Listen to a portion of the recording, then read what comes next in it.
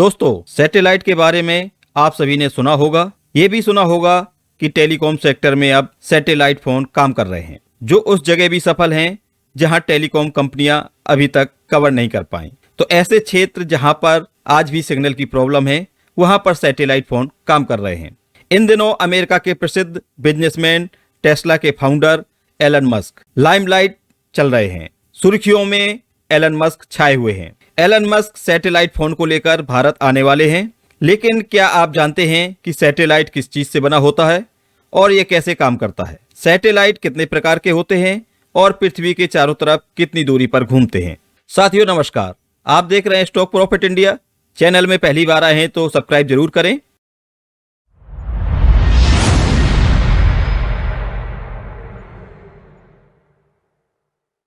शुरू करते हैं आज का वीडियो। चांद भी एक सैटेलाइट है जो नेचुरल सैटेलाइट है।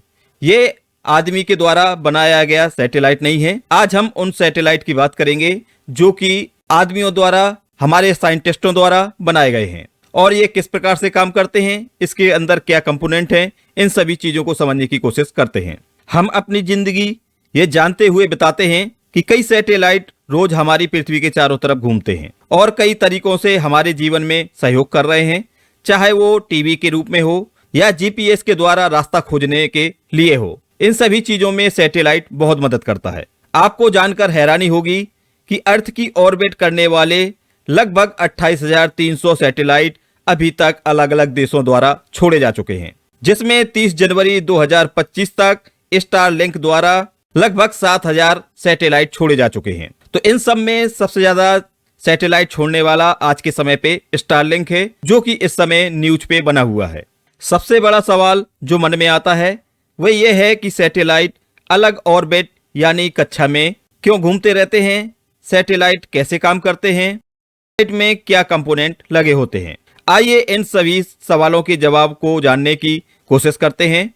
सच है कि सैटेलाइट ग्रेविटेशनल पुल और सेंट्रीफ्यूगल फोर्स के बीच बैलेंस के कारण ऑर्बिट में घूमता है। जब सैटेलाइट को छोड़ा जाता है तो इन दोनों फोर्स को मैनेज करने के लिए यानी बैलेंस करने के लिए एक सफिशिएंट स्पीड दी जाती है।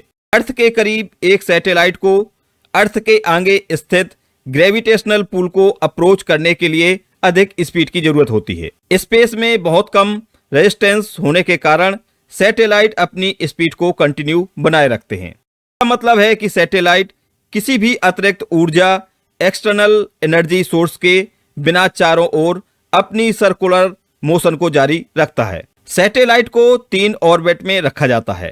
पहली ऑर्बिट का नाम है लो अर्थ ऑर्बिट, दूसरी ऑर्बिट होती है मीडियम अर्थ ऑर्बिट और तीसरी ऑर्बिट होती है जियो सिंक्रोनस अर्थ ऑर्बिट। तो ये 3 ऑर्बिट होती हैं जिनमें सैटेलाइट को घूमना होता है पृथ्वी के चारों तरफ। सैटेलाइट को किस ऑर्बिट में रखना चाहिए, इसका डिसीजन सैटेलाइट के वर्क और पर्पज पर डिपेंड करता है। यदि सैटेलाइट को earth observation, weather forecasting, geographic servicing, satellite phone आदि के लिए यूज में लाना है तो अर्थ के नजदीकी ऑर्बिट पर रखा जाता है। फोरकास्टिंग के लिए सैटेलाइट को जियोसिंक्रोनस ऑर्बिट में रखा जाता है, जिसकी दूरी 35,786 किलोमीटर है। एक सैटेलाइट को पूरा चक्कर लगाने में 23 घंटे 56 मिनट 49 सेकंड लगते हैं। टीवी ब्रॉडकास्टिंग के लिए इसी ऑर्बिट को चुना जाता है।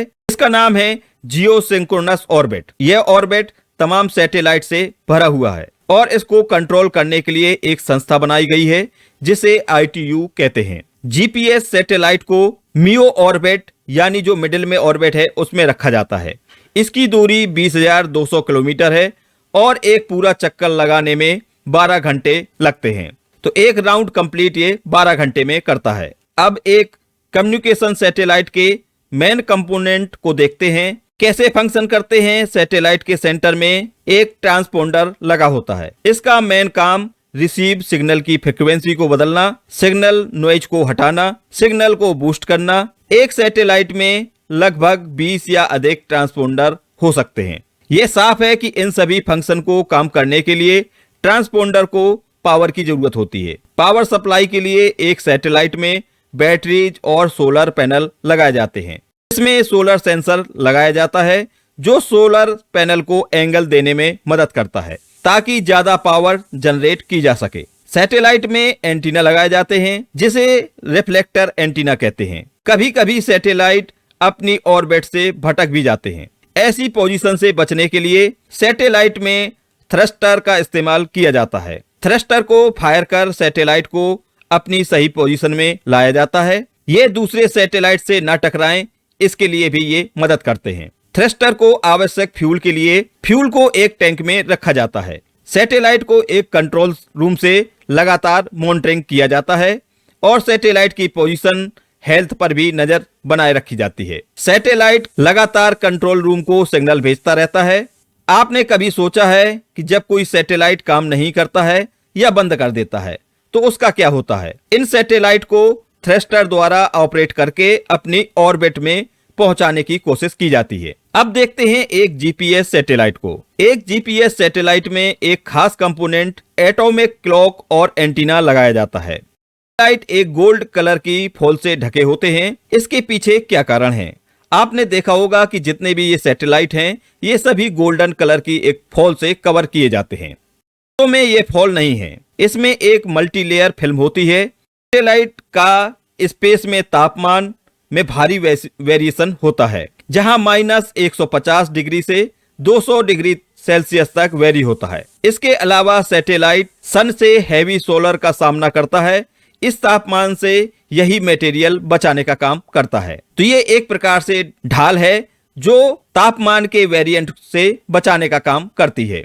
आज के वीडियो में हमने समझा कि एक सैटेलाइट अपनी ऑर्बिट को कैसे चुनता है, कैसे घूमता है, किस ऑर्बिट में कौन से सैटेलाइट छोड़े जाते हैं, साथ में क्या कंपोनेंट लगे होते हैं और उनका क्या काम है। अब हम अगले वीडियो में स्पेशल एलन मस्क के स्टारलिंक सैटेलाइट को समझेंगे, किस प्रकार के होते हैं, कैसे काम करते हैं, जो टेलीकॉम सेक्टर में एक नई क्रांति को लेकर आए हैं। भारत में क्या ये क्रांति सफल होगी? देखने के लिए चैनल को अभी सब्सक्राइब जरूर कीजिए और वीडियो को अधिक से अधिक शेयर कीजिए। और हाँ, यदि आज का वीडियो आपको अच्छा लगा है तो लाइक और कमेंट कर अपनी प्रतिक्रिया जरूर दें। तो मिलते हैं नेक्स्ट वीडियो में न्यू इन्फॉर्मेशन के साथ। तब तक के लिए बाय बाय, टेक केयर।